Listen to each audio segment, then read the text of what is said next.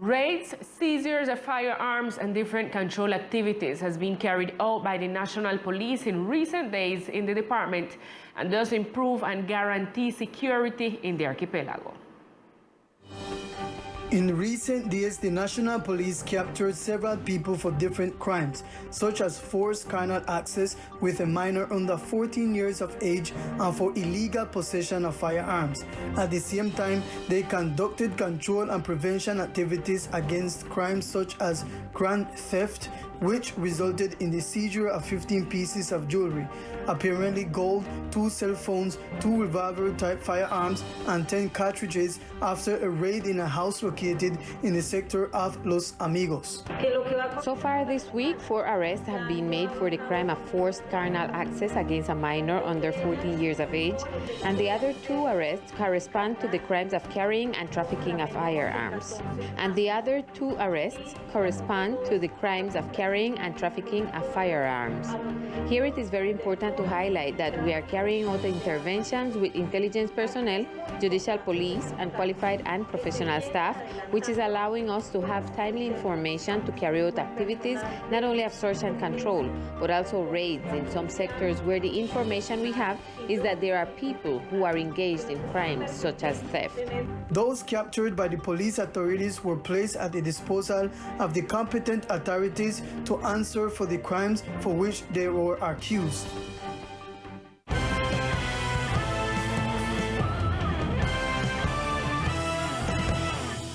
Members of the departmental government, headed by Governor and the Executive Director of ANATO San Andres branch, met with directives of this association to give an assessment of how the department is doing in terms of tourism.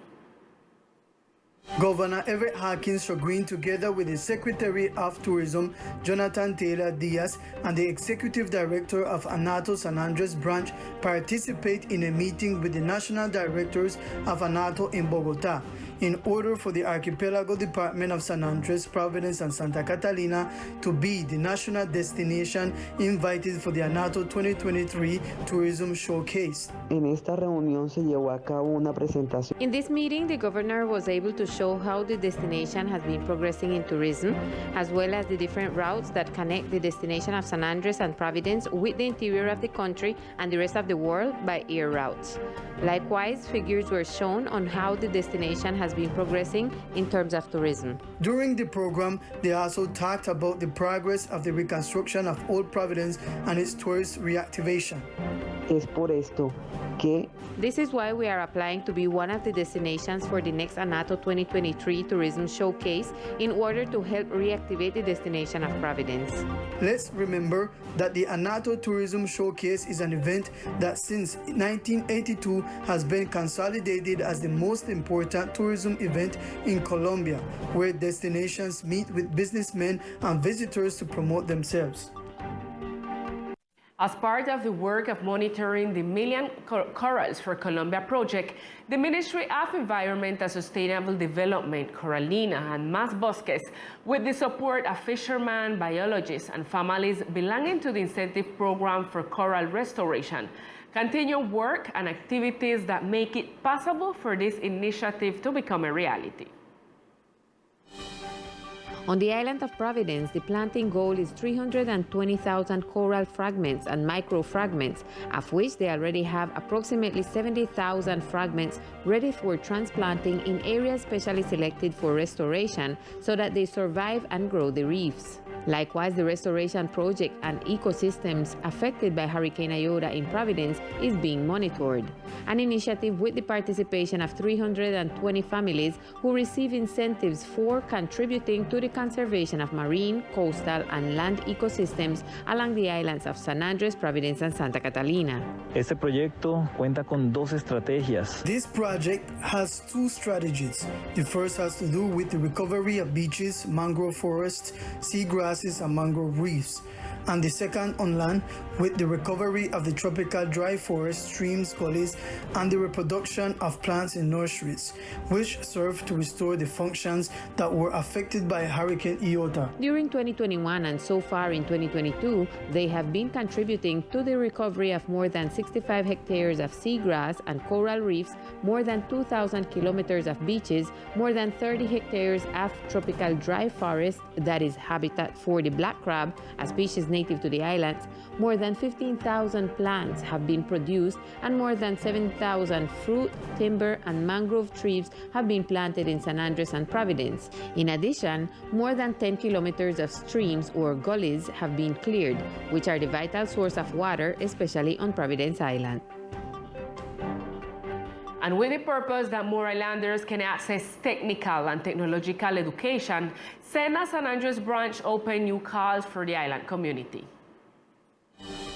To continue contributing to the training of professionals on the island, the National Learning Service SENA San Andres branch has 4 new calls for graduate training in the second half of the year, as confirmed by the director of the academic entity. Tenemos en este momento 2 ofertas institucionales.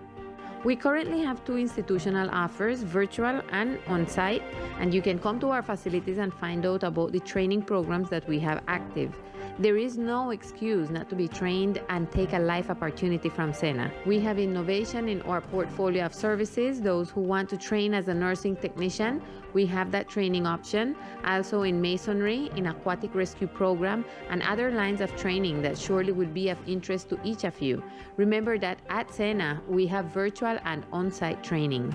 Registrations for the virtual programs will be available from July 28 to August 4th and from October 11 to the 18th. For the on-site programs, registrations will be from August 18 to 25th and from November 3rd to the 10th. And the Chamber of Commerce, through the call for waste management and circular economy, will provide support and specialized advice to identify and implement opportunities for innovation and entrepreneurship. Pre-registration is being conducted until July 31st. A call that seeks to provide tools, technical or financial support aimed at providing society with business ideas that have opportunities for innovation and integrated solid waste management and the national circular economy strategy. This is an empowerment plan to help people create their business idea or to strengthen the business idea they have, or the one they already have, to organize it so that it can become a profitable business. The first 3 places will have a cash prizes. Diseñamos un programa de We designed an acceleration program which will have prizes for first places among young entrepreneurs in the department, obviously with businesses or business ideas oriented to circular economy. The intention is that those who wish to participate in both San Andres and Providence can register through the links that are in the notice of the call. Is an invitation extended by the Chamber of Commerce to young high school graduates, university students, or entrepreneurs. The call for acceleration for entrepreneurship and innovation projects with the theme Waste Management and Circular Economy. If you are interested in taking advantage of this opportunity for growth, go to the San Andres Chamber of Commerce website and register through the registration link. You have until the 31st of July. And in other news, the video clip contest of our regional channel, Teleislas, will hold a marathon for all those who wish to watch the finalist videos. A total of 8 video clips are competing in this version of the Clip Fest, which you will be able to see on July 26, 27, and 28 at 6 p.m. on Teleislas in a big marathon. Because this week from the 26th till the 30th of July, we're going to have Clip Fest journey. Yeah, a whole marathon.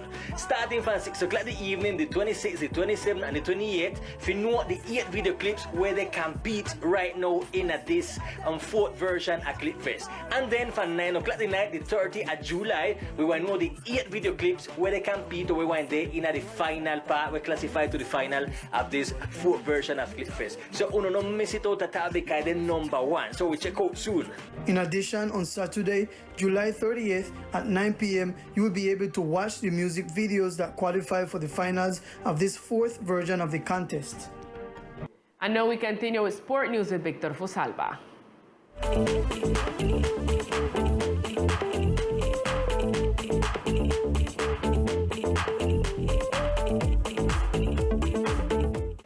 Hello, here are the best sports of the islands. The Caribbean Storm basketball team started its preseason, seeking its preparation for the next W Play League. Training began on the courts of the Coves Recreational Center under the leadership of Coach Ivan Garcia Blanco, who along with Andres Ibargüen, Simon Granados and Jose Ortega joined the Caribbean team roster. In addition, Emil Williams returned this season to improve the defensive part along with Jared Corpus and others who seek to be part of this serious project in the formation of basketball in the archipelago. We talked to Ivan Garcia, who told us about the project. Muy complacido de estar acá en la isla. Estamos iniciando. I am very pleased to be here on the island. We are initiating a macro project. We are not only looking to reach the professional team, but we are projecting the development of the training structure that form the Caribbean Storm Club. We will leave the work we need to do in the consolidation of a grassroots structure that allows to develop talents in the medium, short, and long term, and that these talents have a line of work that will serve as a guide to have the youth on the island of San Andres and Old Providence, having an impact in the medium term in the national basketball and a long-term impact on international basketball. That is what we are looking for. We want these kids to be able to experience real-life transformations and opportunities through basketball. A serious project for the formative basketball of the island that has the support of the departmental government, as stated by Coach Ivan Garcia. And in another scenario, a great football day was held at the Maracanãs field, with an interesting match that took place between the teams of Blood and Poder Judicial at the Maracanãs court, where the victory was achieved by Blood team with 3 goals scored by the talented player Camilo Duran, who told us more details. I came to reinforce the Blood team this year. We started the game a little complicated because the opponents were leading 1-0, but we were able to overcome and even the score in the first half. Unfortunately, I was able to score the 3 goals to give my team the advantage. Camilo also talked about the importance of the space to play soccer. The truth is a very important space. I have always liked soccer, and I believe that these spaces are opportune for all the young people of the islands. Fortunately, in all the teams that I am part of, a family is created, and that contributes as much to the society as to the soccer. Nowadays, I believe that more opportunities are created and there is more investment in sports in general to encourage all the little ones that come to soccer. Is a way of life, and it takes them away from many roles that are inadequate. It is something healthy, and I believe that the inhabitants of the islands who are in conditions should participate. Maracanãs Soccer continues to provide recreational space for young people and their families, according to Duran. And this is all in sports for the moment. I am Victor Fusalva, Teleislas News.